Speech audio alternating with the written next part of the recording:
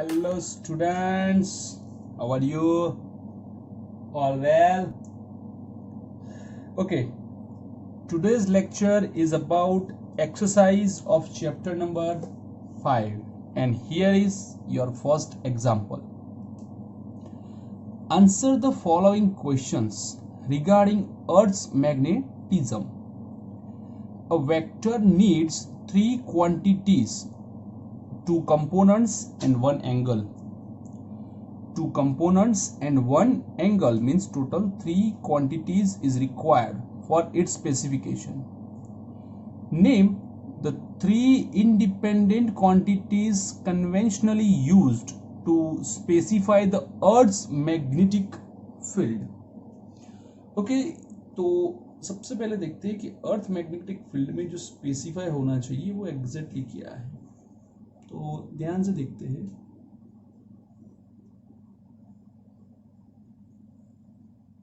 तो यहाँ पे जो एक क्वांटिटी है वो फर्स्ट क्वांटिटी है मैग्नेटिक डेक्लिनेशन.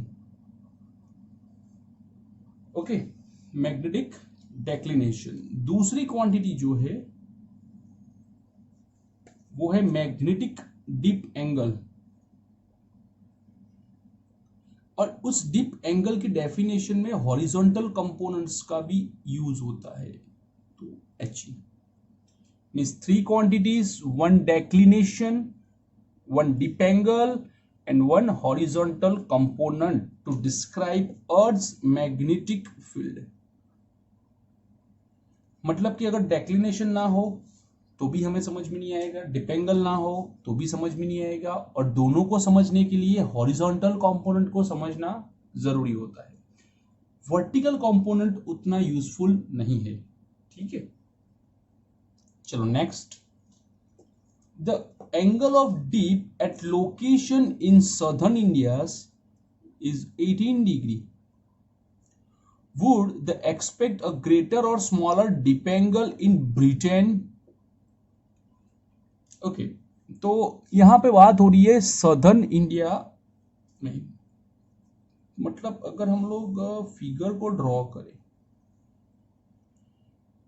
मैग्नेटिज्म ड्रॉ करें कि भाई ये थोड़ा मैग्नेटिक है और ये यहाँ पे है. ठीक है, तो यहाँ पे कहीं मुझे इंडिया मिलने वाला है सपोज, और ब्रिटेन जो है is in north part of the north, near to the north pole.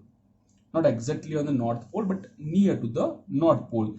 या तो हम ये भी कह सकते हैं कि Britain is in the northern hemisphere.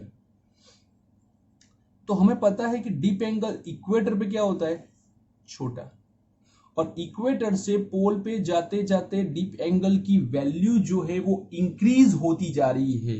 क्या होती जा रही है? इंक्रीज होती जा रही है.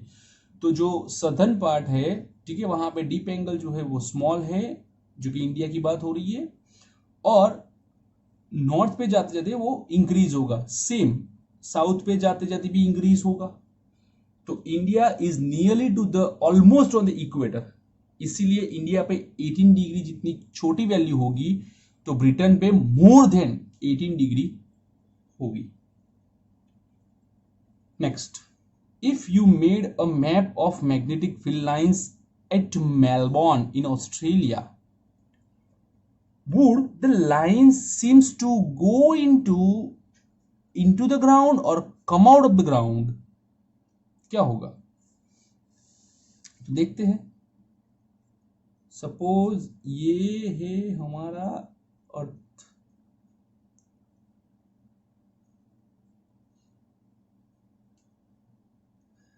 यहां पे ऑस्ट्रेलिया है.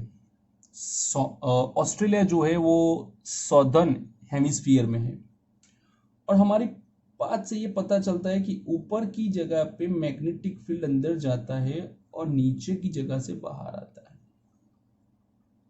मतलब पूरे ऑस्ट्रेलिया का अगर मैप लिया जाए तो पूरे ऑस्ट्रेलिया के मैप में जो मैग्नेटिक फील्ड होगी वो आउटवर्ड होगी, चाहे वो मेलबर्न हो, एडिलेड हो या सिडनी हो. ठीक है, तो यहां पे magnetic field is outside in Australia. Next, number B. In which direction would a compass free to move? Compass free to move कब होता है? सिर्फ पोल पे, in the vertical plane point it, if located right on the geomagnetic north and south pole. तो yes, on pole, not north and south, on pole horizontal component of the earth is 0, therefore vertical needle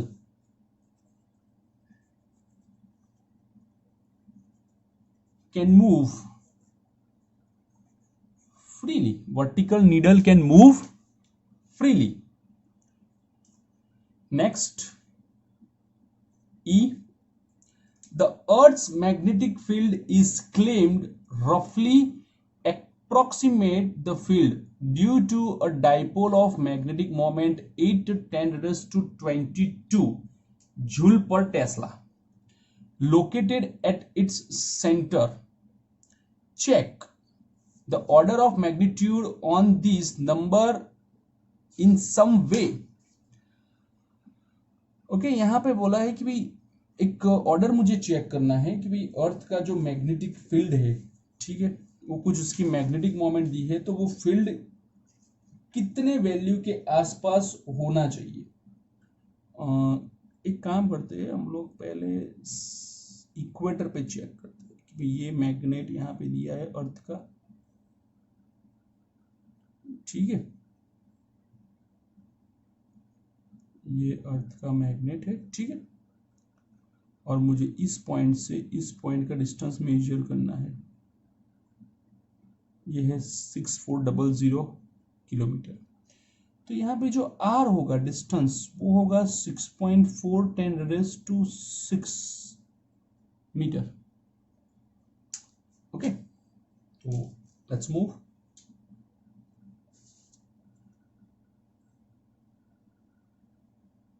on equator magnetic field B is equals to mu 0 of 14 pi m by r cube. Mu 0 of 14 pi, it's 10 raised to minus 7 m, 8 10 raised to 22, 6.4 10 raised to plus 6 and its cube. This is roughly equals to 0.3 10 raised to minus 4 Tesla. और अगर equator की जगह पे हमने पोल पे find किया होता तो ये वैल्यू डबल होके आती, मतलब जो पावर है वो ऑलमोस्ट 10 रेज टू माइनस 4 के आसपास ही मिलता है। ओके, तो ये हमारा कैलकुलेशन था। F, geologist claim that besides the main magnet NS पोल, मतलब NS पोल के जो मेन मैग्नेट है उसके अलावा there are several local poles on the earth surface oriented in different direction. How is such a thing possible at all? तो ये सीधी बात है कि भाई यहाँ पे जो हम लोग एक हमारी जो मीथ है उस मीथ के हिसाब से समझने जाए तो हमारे अर्थ के सेंटर में जो आयंस है लिक्विड फॉर्म, ना तो लिक्विड फॉर्म ना तो सॉलिड फॉर्म में, प्लाज्मा फॉर्म में जो आयंस है उसके अंदर के जो इलेक्ट्रॉन्स है उसी के मोशन से करंट जनरेट होता है और उसी करंट का रिजल्टेंट है हमारा मैग्नेटिक फील्ड। ओके, लेकिन कुछ जगह ऐसी भी है जहां पे ये मोशन नहीं होती है, जैसे कि हमारे रॉक्स है, ठीक है, जो बड़े बड़े पत्थर होते हैं वहां पे अभी भी मोशन बंद हो चुकी है, मतलब पत्थर घूमते नहीं है। तो उस जगहों पे आज भी फेरोमैग्नेटिक मटेरियल्स होंगे और वो फेरोमैग्नेटिक मटेरियल्स अपने खुद के मैग्नेट बनाते होंगे। मतलब कि आप एक बात क्लियर समझो कि अगर आपके हाथ में कोई मैग्नेट है, ठीक है, तो वो एक खुद इंडिपेंडेंट मैग्नेट है, वो अर्थ का पार्ट नहीं है। लेकिन वो मैग्नेट हमने एग्जैक्टली निकाला कहां से? तो वो मैग्नेट हमने निकाला था जमीन में से खुदाई करके। तो डेफिनेटली जब वो जमीन के अंदर होगा तो शायद इंडिपेंडेंट मैग्नेट की तरह बिहेव करता होगा। तो हम ये बोल सकते हैं कि भाई फेरोमैग्नेटिक मटेरियल जो है, ferromagnetic materials inside the earth, which create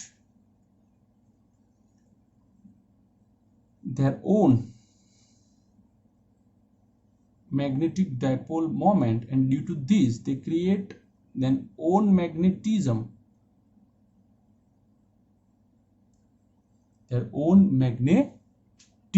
create कर सकता है। तो ये हुआ हमारा पहला एग्जाम्पल। एग्जाम्पल नंबर 2, ये भी एक क्वेश्चनेबल एग्जाम्पल ही है, सारे के सारे क्वेश्चंस ही है। The earth's magnetic field varies from point to point in space, मतलब कि स्पेस के अंदर वो पॉइंट टू पॉइंट जो है वो वेरी हो रही है। Does it also change with time? It so on what time scale does it change appreciably? Okay. तो मैं ये मान के चलता हूं कि अगर मैग्नेटिक फील्ड की बात है तो एक नेचुरल प्रोसेस है, और natural process on the spot नहीं होती है। So magnetic field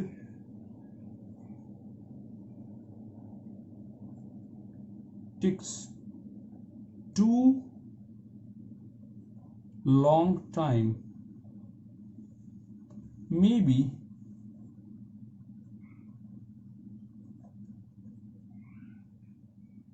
thousand or 10,000 or more. Okay, but total change की बात है। बट हम ये बोल सकते हैं कि फॉर डिकेड, मतलब कि 10 years अराउंड, ये जो चेंजेस है वो रातों रात नहीं होते हैं कि भाई हर रोज चेंज आते रहते हैं, लेकिन हर रोज के चेंज जो होते हैं वो नेग्लिजिबल होते हैं। लेकिन अगर आप पूरे 10 साल की बात करो, पूरे डिकेड की बात करो, तो यहां पे जो डिकेड में है वो एग्जैक्टली काउंटेबल होता है। मतलब you can not negligible the change in magnetic field over a decade. उतना ज्यादा चेंज नहीं होता है, लेकिन ना काउंट करने जितना भी नहीं होता है। तो आपको ये ध्यान में रखना पड़ेगा कि यहां पे जो स्केल है वो बहुत ही ज्यादा वेरिएंट है। Next, earth core is known to contain iron. Core की बात कर रहे हैं, ऐसा मानते हैं। Yet geologists do not regard these as a source of magnetism. Why? Question पूछ रहा है कि भाई अर्थ के कोर के अंदर जो आयरन है, तो क्या वो उस आयरन से मैग्नेट नहीं होता होगा? बट जियोलॉजिस्ट मना कर रहे हैं कि नहीं, उस आयरन से तो हमारा मैग्नेटिक जो मैग्नेटिज्म है वो तो है ही नहीं। उसका एक रीजन है कि वो है temperature. Temperature of core is very high. Core का जो टेम्परेचर है वो बहुत बहुत बहुत ही ज्यादा है। On this temperature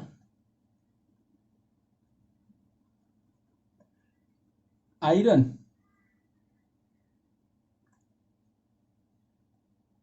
can not be as ferromagnetic. मतलब कि क्यूरी टेम्परेचर से अगर टेम्परेचर ऊपर हुआ, क्यूरी टेम्परेचर से अगर टेम्परेचर ऊपर हुआ तो फेरोमैग्नेटिक मटेरियल पैरामैग्नेटिक मटेरियल में कन्वर्ट हो जाते हैं। तो ये तो बहुत ही ज्यादा टेम्परेचर है, और इस टेम्परेचर पे तो ना तो सॉलिड रह सकता है ना तो लिक्विड रह सकता है। तो इसीलिए फेरोमैग्नेटिक मटेरियल की कोई भी प्रॉपर्टी वहां पे प्रेजेंट नहीं होगी। और अगर फेरोमैग्नेटिक मटेरियल की प्रॉपर्टी प्रेजेंट नहीं है तो वो मैग्नेट की तरह बिहेव नहीं कर सकता। इसीलिए जियोलॉजिस्ट बोलते हैं कि नहीं, जो ये आयरन है वो तो मैग्नेट नहीं है। See the changed current in outer conducting region of the earth core are throughout to be responsible for earth's magnetism.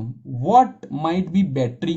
मतलब कि जो कोर के बाहर का टेम्परेचर एक सिंपल है, द चार्ज करंट, ये करंट है, is in the outer conducting region of the earth, conducting region के बाहर earth core, are throughout to be responsible for the earth magnetism, कि वो लोग हैं जो अर्थ का मैग्नेटिज्म क्रिएट करते हैं।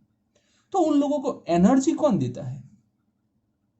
तो अर्थ के कोर के बाहर का जो कंडक्टिंग एरिया है, सपोज हम लोग ये बात करें कि भाई ये अर्थ है, ठीक है, ये उसका कोर है, और उसके बाहर का जो भी पोर्शन है वहां पे मुझे मिलता है रेडियो एक्टिव एलिमेंट,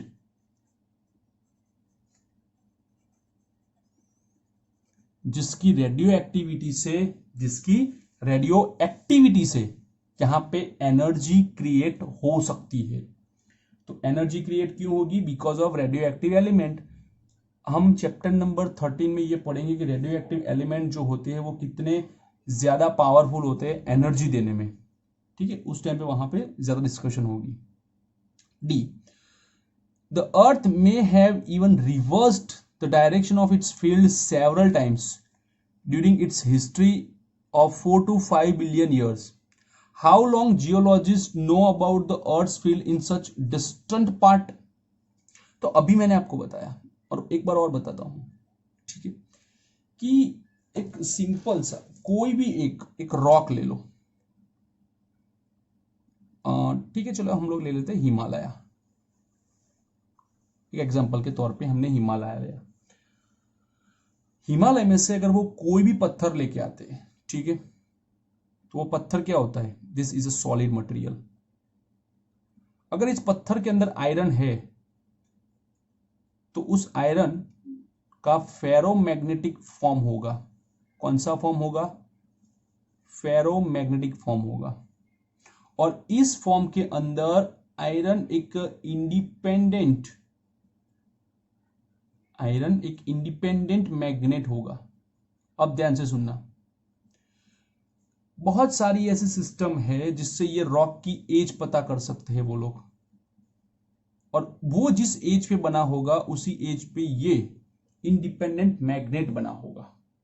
तो रॉक की एज से पता चलता है मैग्नेट की एज, क्योंकि जब ये रॉक सॉलिड फॉर्म में आया होगा तब उसके अंदर के मटेरियल सॉलिड फॉर्म में आए होंगे। ये मत भूलना कि आयरन जो है वो एक रॉक का ही पार्ट है। जब रॉक सॉलिड बन रहा था तो एज अ कंपोनेंट आयरन भी उसी टाइम पे सॉलिड बना, और आयरन जैसे ही सॉलिड बना उसने फेरोमैग्नेटिक मटेरियल की प्रॉपर्टीज एक्सेप्ट की और वो एक इंडिपेंडेंट मैग्नेट बना। जो भी फर्स्ट एग्जांपल में हमने देखा कि कुछ कुछ जगहों पे हमें इंडिपेंडेंट मैग्नेट मिलते हैं, तो वो इसी के कारण मिलते हैं। Okay, next, the Earth's field depart from its dipole shape substantially at large distance greater than 30,000 kilometer. What agencies may be responsible for this distortion? Okay, let's see. ये अर्थ है, अर्थ की सेंटर से 30,000 किलोमीटर मतलब बहुत ही ज्यादा होता है।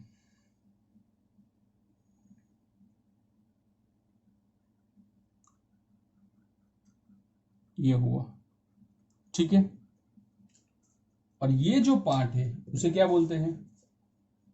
आयनोस्फीयर।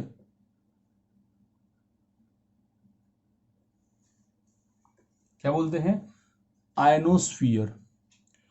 और ये जो आयनोस्फीयर है उसके अंदर सोलर विंड और बहुत सारे और भी वहां पे जो एजेंसीज बोलते हैं, मतलब कि वहां पे बहुत ज्यादा विंड होते हैं, ठीक है, कमेट्स होते हैं, बहुत ज्यादा चेंजेस होते हैं एटमॉस्फेयर में। उस चेंजेस के कारण जो मैग्नेटिक फील्ड है वहां पे अपनी शेप को लेके वो सरवाइव करता रहता है। ये सब जो लोग होंगे उस मैग्नेटिक फील्ड को डिस्टर्ब करेंगे, ठीक है, जिसके कारण हमारा मैग्नेटिक फील्ड जो एग्जैक्टली जिस शेप में था इस डिस्टेंस पे वो उस शेप में नहीं रह सकता। Next, interstellar space has an extremely weak magnetic field of the order of 10 raised to minus 12. Can such a weak field be of any significant consequence? Explain. अगर हम मान लें कि कोई भी स्टार जो है एक चार्ज बॉडी है सपोज, तो if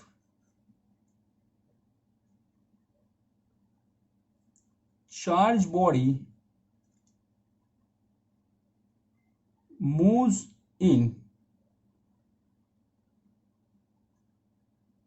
magnetic field, charge body है वो मैग्नेटिक फील्ड के अंदर मूव करती है, ठीक है। तो वो कौन से फॉर्म में मूव करती है? सर्कुलर फॉर्म में। और सर्कुलर फॉर्म की रेडियस क्या है? r is equals to mv by q b. r is inversely proportional to b in 10⁻12 order. तो r is equal to 10⁻+12 order. मतलब ये ऑर्डर जो है वो बहुत ही बड़ा है। अगर सपोज यहाँ पे b पे अगर मैं 10⁻+3 लेता तो ऊपर जाके 10⁻−3 बनता। तो 10⁻−3 डिस्टेंस जो है वो अगर हम ना भी काउंट करते तो शायद चल जाता, लेकिन इतना ज़्यादा डिस्टेंस 10⁻12 मीटर का रेडियस जो है वो कोई छोटा मोटा रेडियस नहीं है, बहुत ही ज़्यादा बड़ा रेडियस है। और इस रेडियस को हम लोग नेग्लिजिबल नहीं कर सकते। जैसे कि अगर हम अर्थ और सन की बात करें तो वहाँ पे जो हमें मिलता है 1.496 10⁻11 मीटर। मतलब कि ये जो डिस्टेंस है वो अर्थ और सन के डिस्टेंस से भी 10 गुना ज़्यादा है। तो डेफिनेट है ये काउंटेबल होगा और ये इंपॉर्टेंट भी होगा। Example number 3, a short bar magnet placed at 30 degree with uniform external magnetic field of 0.25 Tesla experience a torque of magnitude 4.5 10⁻²-2 joule. What is the magnitude of magnetic moment of the magnet? तो जब value आप देखो तो value के नीचे आप लोग उसका सिंबल लिखो। सिंबल लिखने से पता चल जाएगा कि कौन सा फॉर्मूला यूज होगा। तो सबसे पहले ये देखते हैं कि भाई कैसे उसको दिया गया है, पोजीशन क्या है एग्जैक्टली वो उन्होंने कैसे एक्सप्लेन किया है, ठीक है।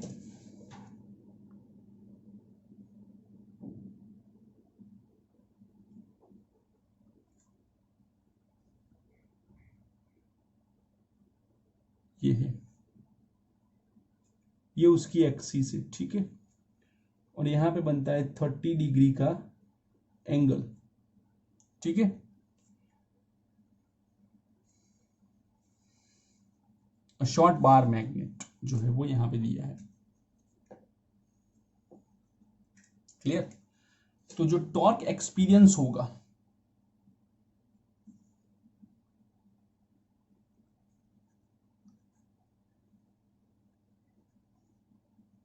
torque experience is tau is equals to mb sin theta.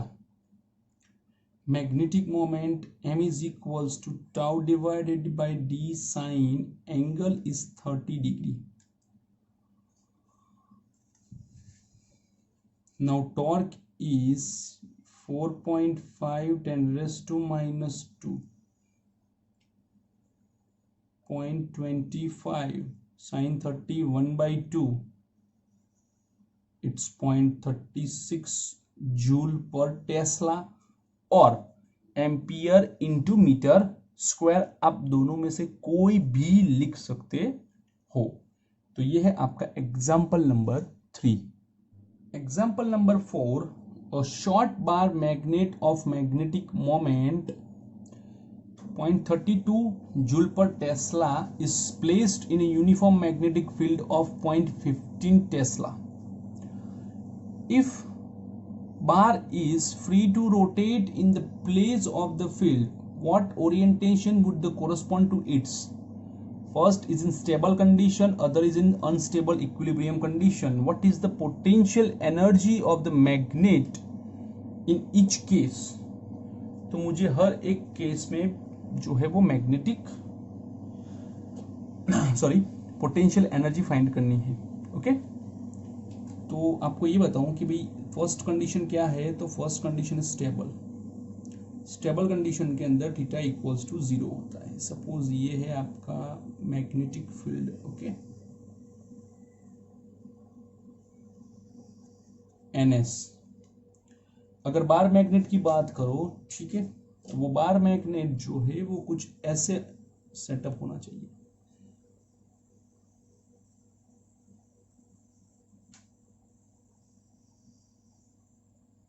NS। In this condition potential energy जो होती है, पोटेंशियल एनर्जी जो है वो U is equals to minus mb cos theta है। जो m है 0.32 है, जो b है 0.15 है, cos जो है वो 0। तो 0.32 into 0.15 it is 0.048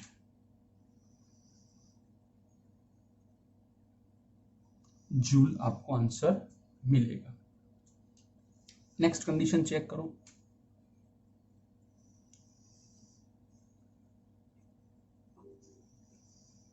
unstable theta equals to 180,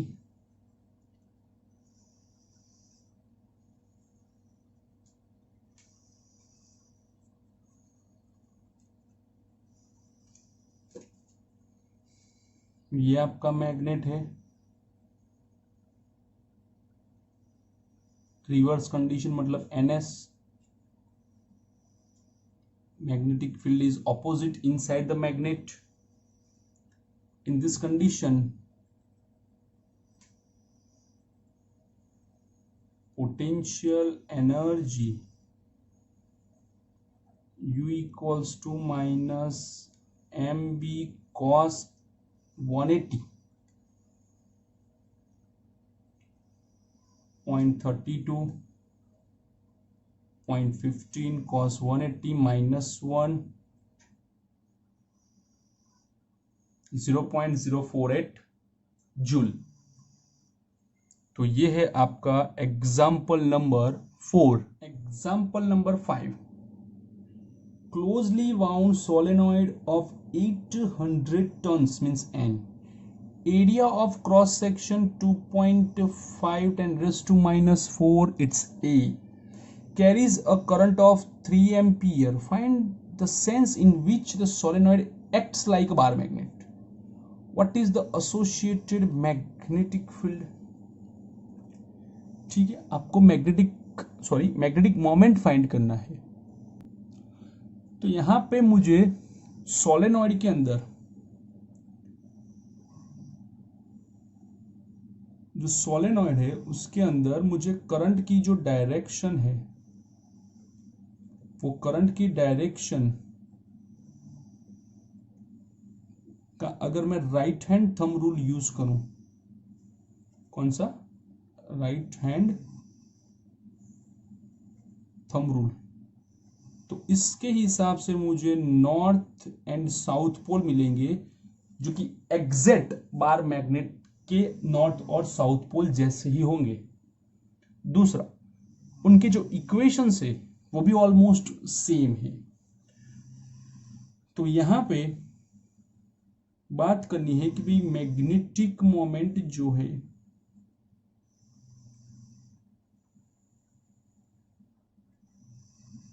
of solenoid is M is equals to NIA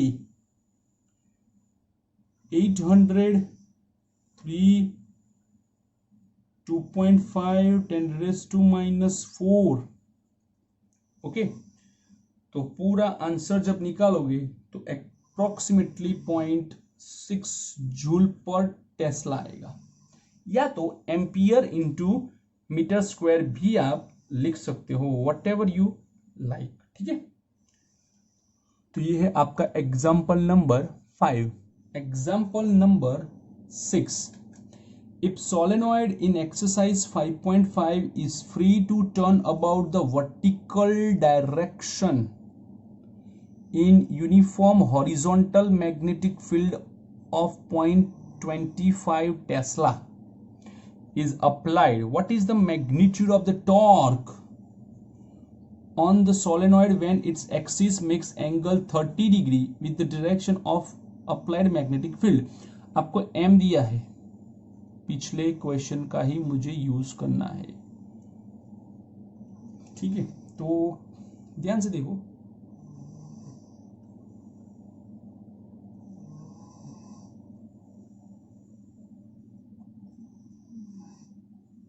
ये बी है। ठीक है, अभी बात करते हैं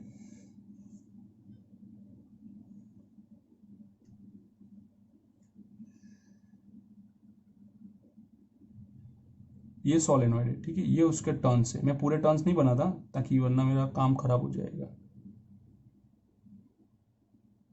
ये है, और ये जो लाइन है वो 30 डिग्री का एंगल शो करती है। ये 30 डिग्री का एंगल है।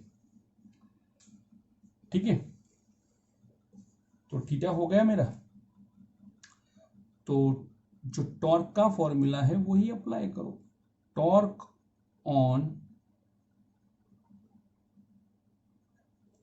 solenoid is tau is equals to mb sin theta,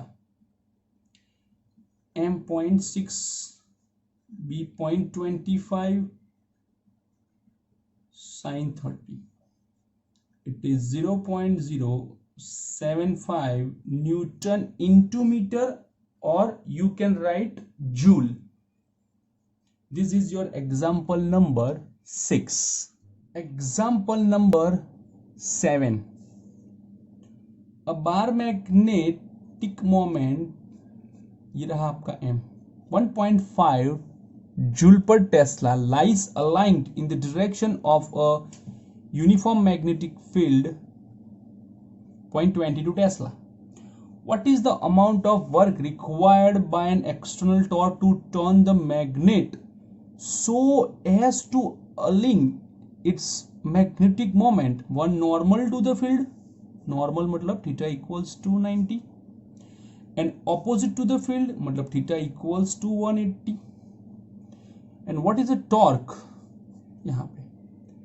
तो सबसे पहले कंडीशन चेक करो कि वो जो है वो इनिशियली लाइज अलाइंड है, मतलब कि जो आपका थीटा 1 जो है वो 0 डिग्री पे है, और आपका थीटा 2 जो है वो एक बार 90 डिग्री पे होगा और एक बार 180 डिग्री पे होगा। क्लियर? तो यहां पे रोटेशन जो होगा वो मैं आपको बताता हूं कि rotation from theta 1 equals to 0 degree to theta 2 equals to 90 degree. Therefore, U is equals to mb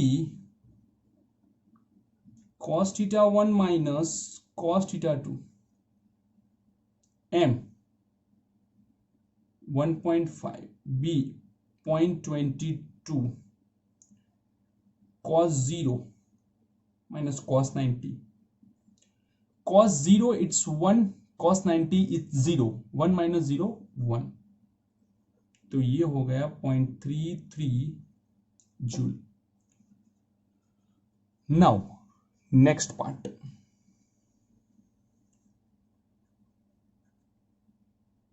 rotation from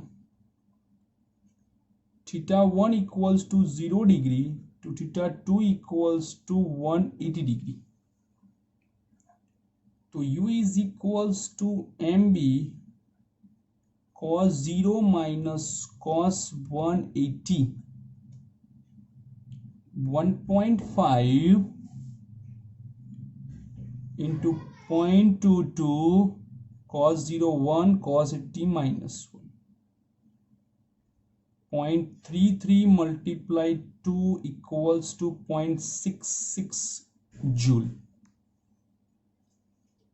Next, what is the torque on the magnet in case 1 and case 2?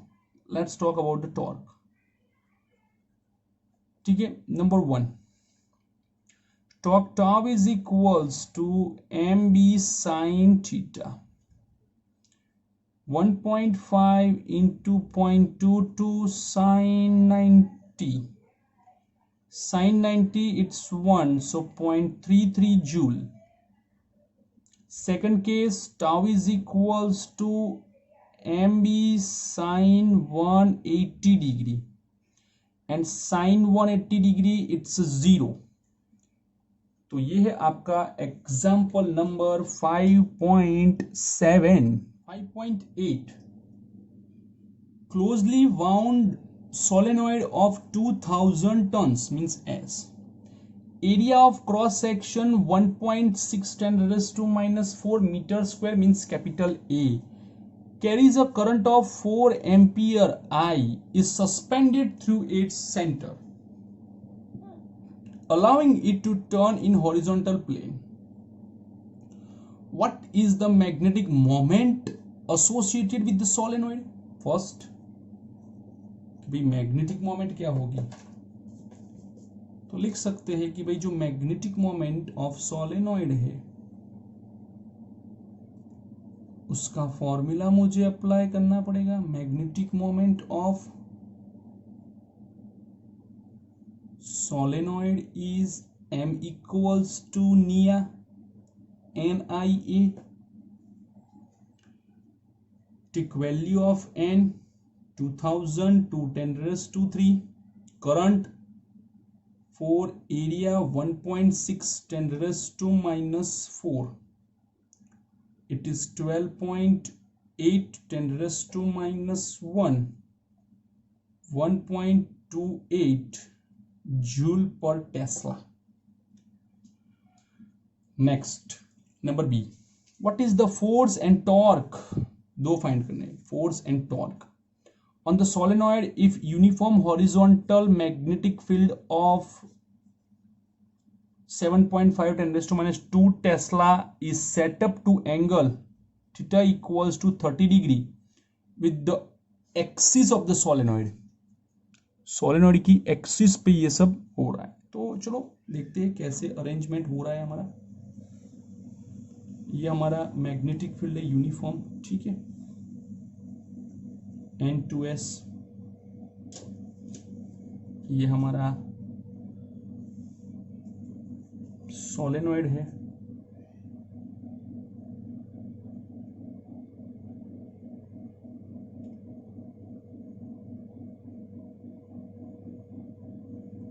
जो कि 30 degree पे है.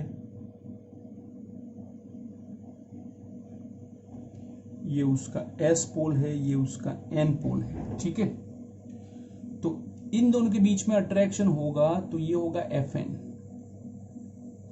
इन दोनों के बीच में attraction होगा तो ये होगा Fs.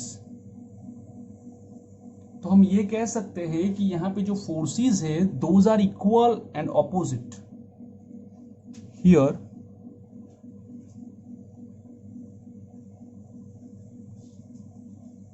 Fn and Fs are equal and opposite, but they are not collinear. Fn is equals to minus Fs. So Fn Fs को इस तरफ लाओ तो प्लस हो जाएगा, is equals to 0. और उनका सम जो है वो रिजल्टेंट फोर्स देता है. तो resultant force on solenoid is 0. Let's talk about torque.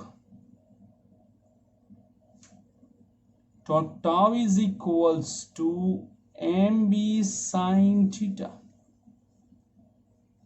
m 1.28, b 7.5 10 raised to minus 2 into sin 30. 1.28 7.5 10 raised to minus 2 sin 30, it's 1/2. इसका टोटल एरिया है 4.8 10 raised to minus 2. 48 10 raised to minus 3 joule or Newton into meter, whatever you want. Okay, तो ये है आपका example number 8. 5.9. A circular coil of 16 turns and radius 10 centimeter.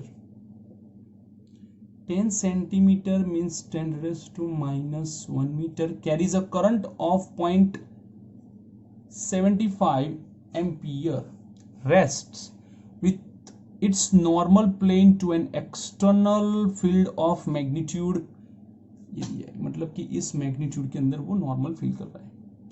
If coil is free to turn about an axis in its plane perpendicular to the field direction, when the coil is turned slightly and released, it oscillates about its equilibrium state with a frequency 2 seconds inverse. What is the moment of inertia? Moment of inertia का symbol भी आई है, तो इसे हम लोग small I use करेंगे. Of the coil about its axis of rotation. Okay, let's go. मतलब कि अगर ये इक्विलिब्रियम कंडीशन में है, ठीक है, उसे थोड़ा सा बेंड किया तो वो ऐसे ऐसे मूव करेगा लाइक दिस. तो फ्रीक्वेंसी का फॉर्मूला आपको अप्लाई करना पड़ेगा. 1/2 pi under root of mb by i. ठीक है, now squaring both the side.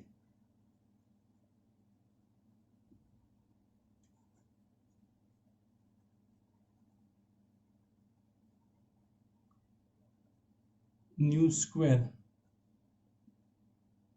4 pi square mb by i. m is equals to NIAP 4 pi square nu square. A is equals to pi r square b 4 pi square nu square. एक पाई cancel. Okay, तो अभी हम लोग लिखेंगे value of n 16, current 0.75, radius उसका square 10⁻², 5 10⁻², 4 3.14, 2 square 4 4 जा 16 cancelled. तो पूरा आंसर निकालोगे तो आंसर आएगा 1.194 10⁻⁻4 किलोग्राम इंटू मीटर स्क्वायर, जो कि यूनिट है मोमेंट ऑफ इनर्शिया का. तो ये हो गया आपका example number 9. Example number 10.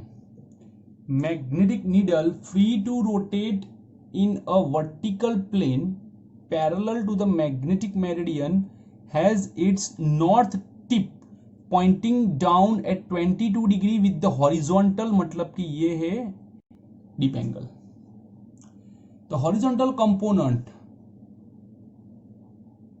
He of the Earth magnetic field at the plane is known to be 0.35 Gauss. Determine the magnitude of the Earth's magnetic field BE at the place. Let's go. कुछ ऐसा बोला है उन्होंने.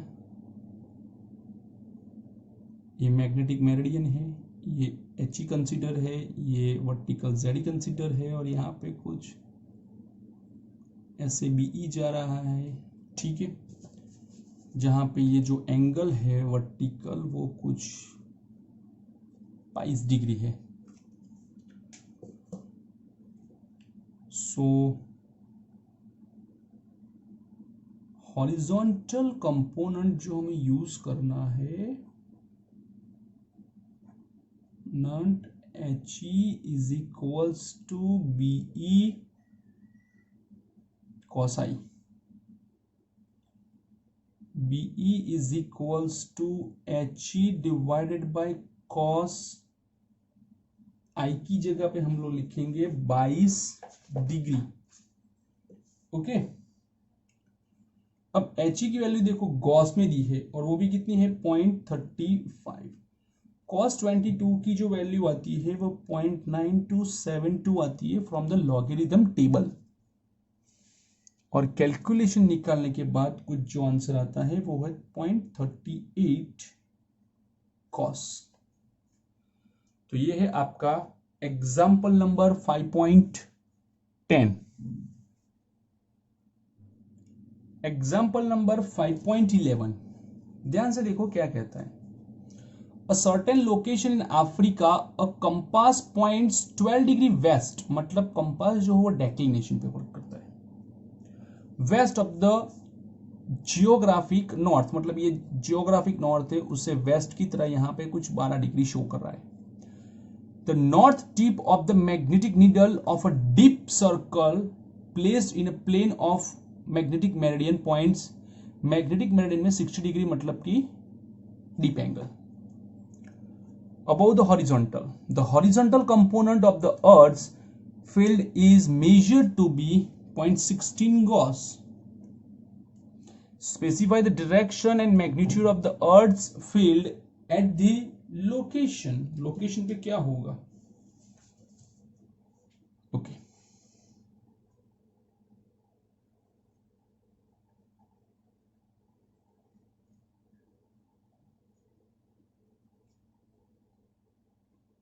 HE ZE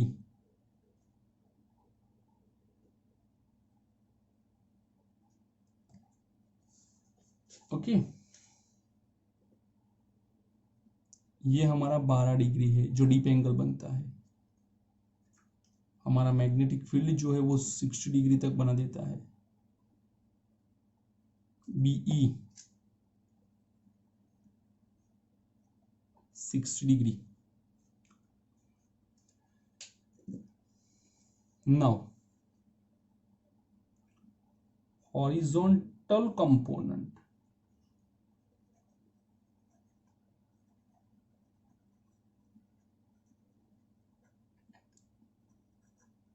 of the earth magnetic field is HE equals to BE cos I. Now BE is equals to HE by cos 60, 0.16 cos 60, it's 1/2, तो ये हो गया 0.32 Gauss, 0.32 Gauss. और व्हाट इज द डायरेक्शन, तो ध्यान देना कि ये अर्थ है, ये उसका जियोग्राफिक नॉर्थ साउथ और ये जियोग्राफिक इक्वेटर। आपका जो कंपास है वो एग्जैक्टली यहां पे कुछ निडल शो कर रहा है 12 डिग्री। तो आप लिख सकते हो कि जो मैग्नेटिक फील्ड है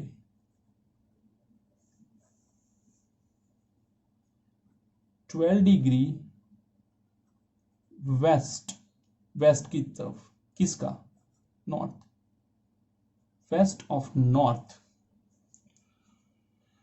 और जो मैग्नेटिक फील्ड है वो हॉरिजॉन्टल, मतलब ये जो टेंजेंट होगा उस टेंजेंट के साथ, ये जो टेंजेंट है उसके साथ 60 डिग्री बनाता है ये, ठीक है। And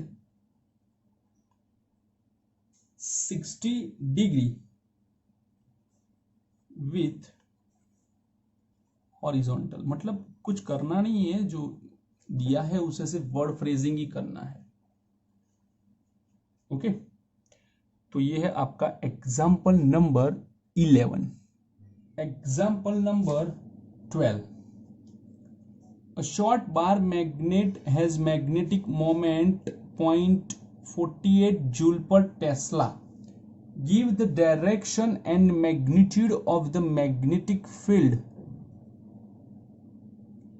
produced by the magnet at a distance 10 centimeter 10 raised to minus 1 meter from the center of the magnet on axis on equatorial lines, normal bisector of the magnet। चलो first देखते हैं क्या है। ऑन एक्सिस,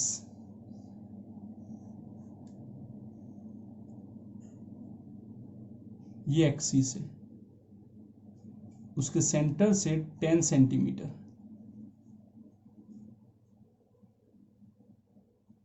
पॉइंट पी है, ठीक है। तो यहाँ पे जो मैग्नेटिक फील्ड होगी वो इस डायरेक्शन में होगी, मतलब कि ये साउथ पोल है, ये नॉर्थ पोल है, और अंदर की साइड पे मैग्नेटिक मोमेंट की डायरेक्शन भी साउथ टू नॉर्थ होती है। तो आप लिख सकते हो कि यहाँ पे जो बी है कि भी magnetic field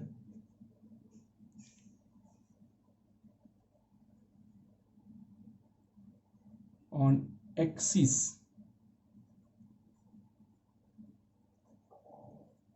at point P is B is equals to mu 0 divided by 4 pi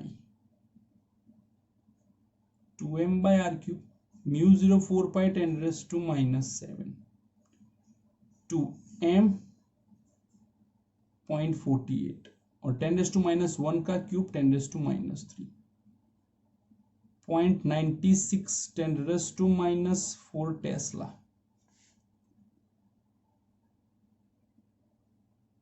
.96 Gauss. Okay, तो ये होगा मेरा मैग्नेटिक फील्ड ऑन एक्सिस। ये देखो, सेकेंड ऑन इक्विटोरियल,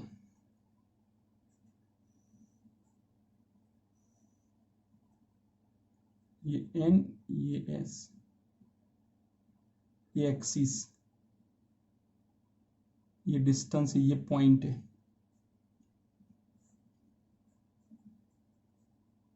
10 सेंटीमीटर, ठीक है। मैग्नेटिक फील्ड जो होती है वो एक्सिस पे ऐसे जाती है और उसके बाद ऐसे ऐसे बैंड करके इक्वेटर पे जब आती है तो वो डायरेक्शन कुछ ऐसे होती है।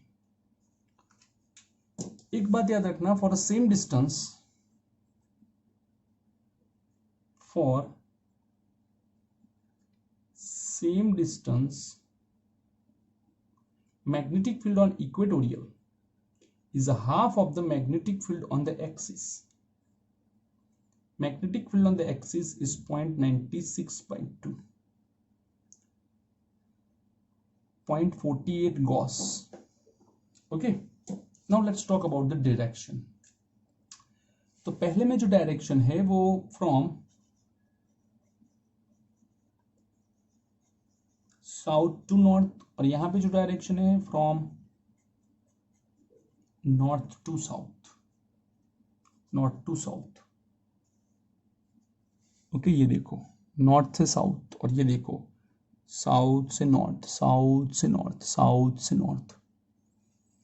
तो ये है आपका example number 12। Example number 13, quite interesting for me. A short bar magnet placed in horizontal plane has its axis linked along the magnetic north-south direction, NS direction. Null points are found on the axis of the magnet at 14 centimeter from the center of the bar magnet. कौन सा point बोला है? Null point. नल point मतलब जो B resultant होना चाहिए वो क्या हो जाएगा? 0। Okay, the earth's magnetic field at the place is 0.36 gauss and the angle of dip is 0. What is the total magnetic field on the normal bisector? Normal bisector पे मान रहा है, of the magnet at the same distance as null point, मतलब कि 14 centimetre distance पे क्या होगा? Okay, सबसे पहले एक्सिस पे देखते हैं कंडीशन क्या मिलती है।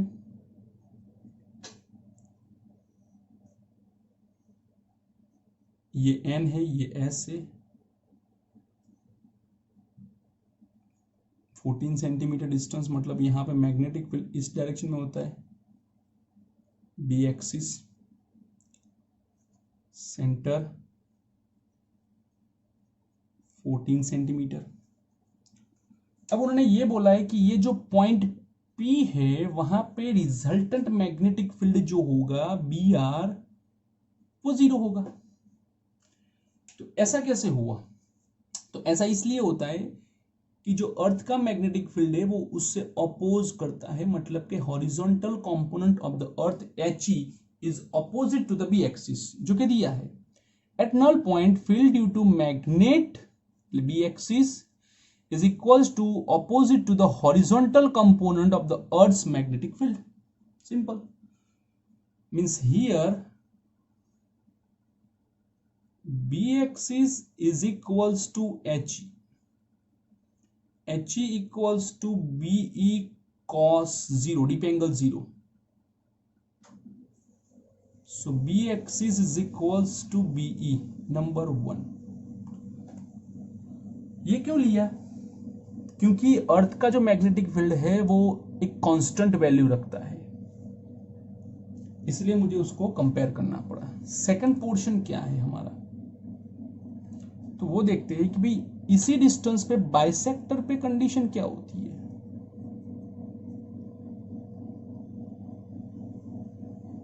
सेम डिस्टेंस पे, तो यहां पे बताया था आगे कि ये जो मैग्नेटिक फील्ड है वो यहां पे इस डायरेक्शन में है। तो अब ध्यान से देखो कि जो HE था वो भी उसी डायरेक्शन का था, मतलब कि ये HE और ये जो है वो B equatorial.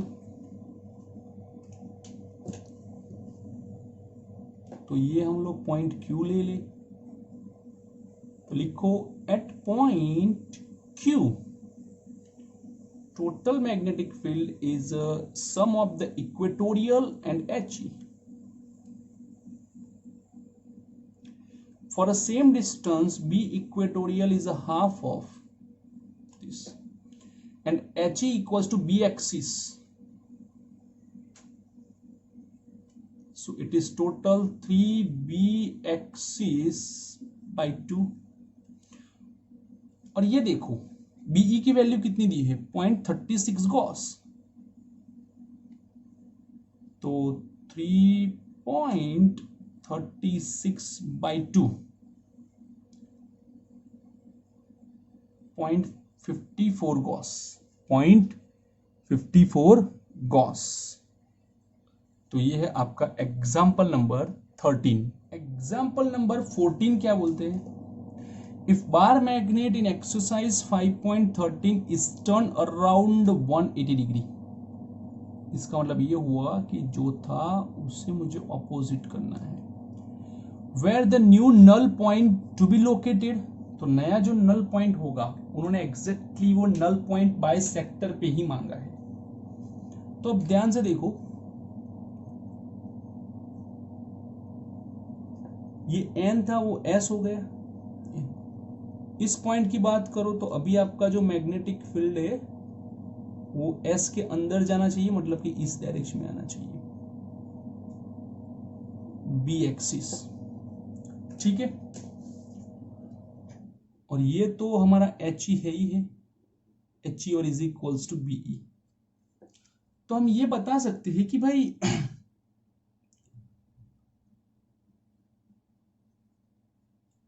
Magnetic field is reversed, not magnitude, after rotating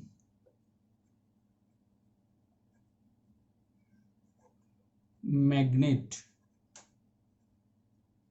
by 180 degree. मतलब कि आपका जो मैग्नेटिक फील्ड है वो चेंज हो सकता है, मैग्नीट्यूड नहीं, क्योंकि हम लोग जस्ट रोटेट कर रहे हैं। मैग्नीट्यूड कब चेंज होता है, जब आप उसे रिवर्स करते हो। तो यहां पे भी आपकी कंडीशन तो वही रहेगी, V axis is equals to BE।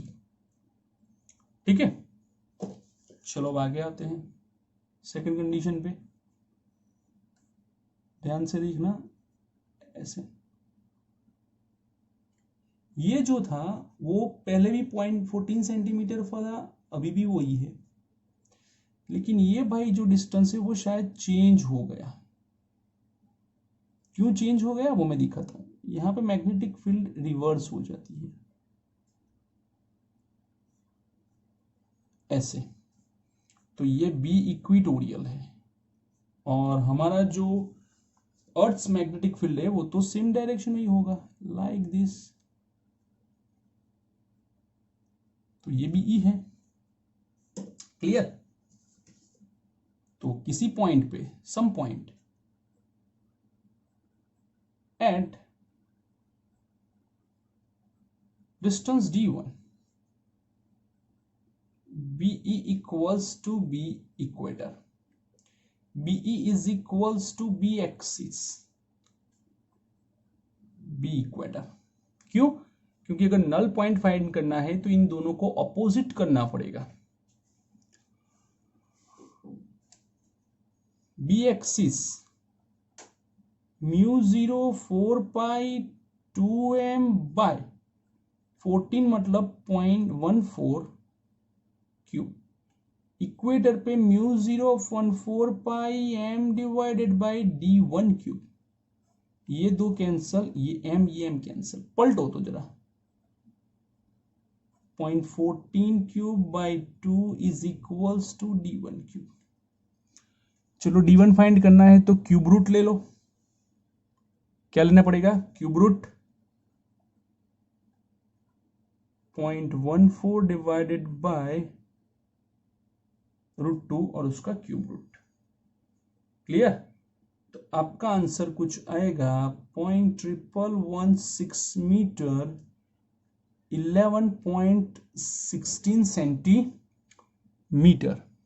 Okay, फिर से देखो उन्होंने क्या बोला था, पहले वो समझो कि अगर रोटेशन हो जाता है तो मैग्नेटिक फील्ड रोटेट हो जाएगी, जो पहले इस डायरेक्शन में जाती थी अब इस डायरेक्शन में जाएगी।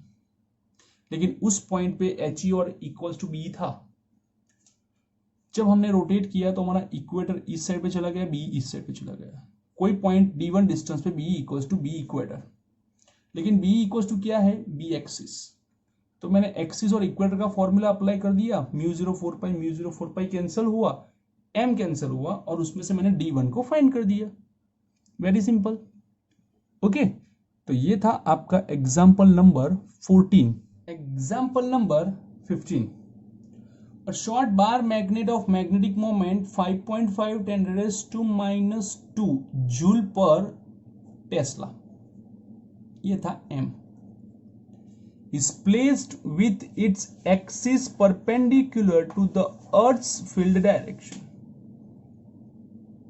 perpendicular, at what distance d? Center of the magnet, the resultant field is inclined at 45 degree with the earth's field on its normal bisector and its axis। और ये रहा magnitude of the earth's field, its BE।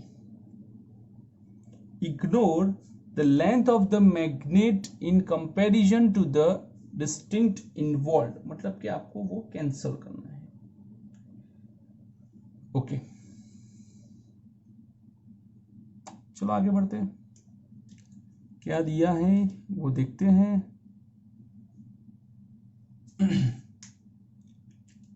Okay,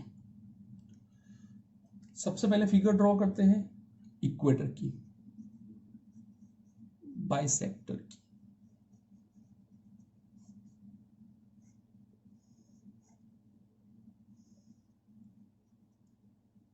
NS,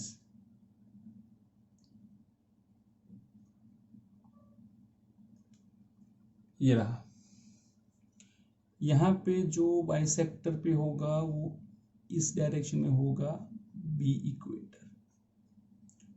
अर्थ का जो magnetic field है वो इस direction में होगा बीई।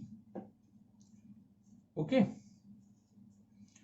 और जो हॉरिजॉन्टल एक कंपोनेंट बनेगा जिससे हम लोग रिजल्टेंट बी बोलेंगे, वो यहाँ पे कुछ 45 डिग्री बनाएगा।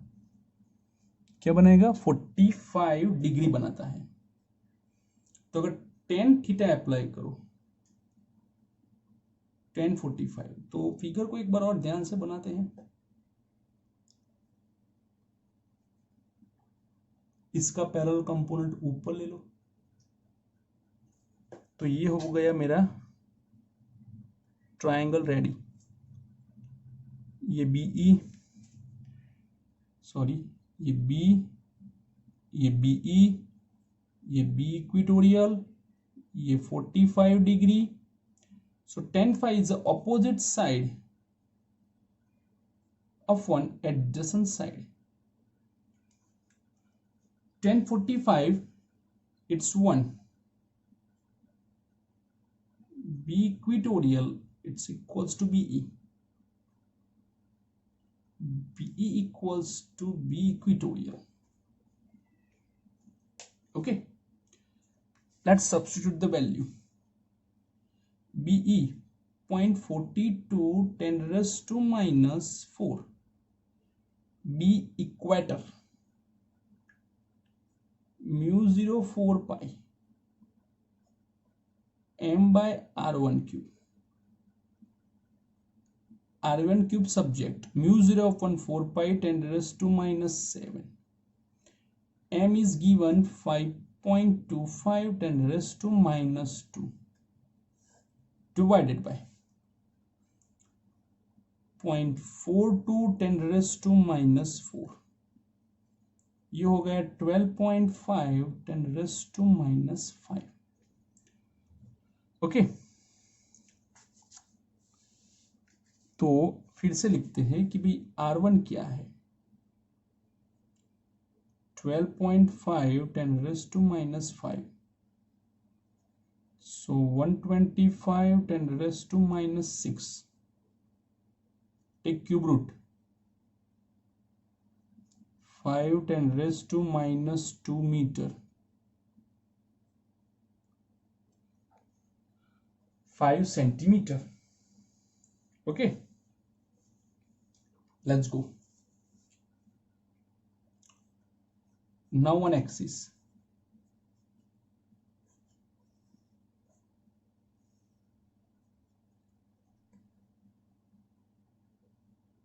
ये कोई पॉइंट है, ये हो गया हमारा बी एक्सिस. ये हो गया बीई और ये हो गया हमारा बी और बीई के साथ 45 डिग्री. बीई के साथ 45 डिग्री. तो वही कंडीशन कि tan 45 is equals to B axis by BE. तो वही कंडीशन आएगी कि BE is equals to B axis. Okay, BE is equals to B axis. B axis it's mu 0 4 pi 2m by d2 cube. d2 cube subject mu 0 divided by 4 pi upon BE. Okay, चलो mu 0 10 raised to minus 7 into 2 into 5.25 10 raised to minus 2 divided by 0.42 10 raised to minus 4. ये इसके जैसा ही है, देखो सिर्फ ये 2 ज्यादा है. तो इसकी वैल्यू कितनी आ गई? 12.5 मल्टीप्लाई 2 25 10 raised to minus 5 मतलब कि 250 10 raised to minus 6. ये हो गया आपका d2 क्यूब. या तो you can take is R2. So R2 is equals to 250 है तो it's 5 root 2 cube root centimetre मतलब कि 6.3 सेंटीमीटर. 6.3 सेंटीमीटर. 2 का क्यूब रूट निकाल के 5 से मल्टीप्लाई करो. 6.3 सेंटीमीटर. तो ये था आपका एग्जाम्पल नंबर 15 और ये हो गई हमारी एक्सरसाइज पूरी. If you like my video then comment it. Thank you for watching this video.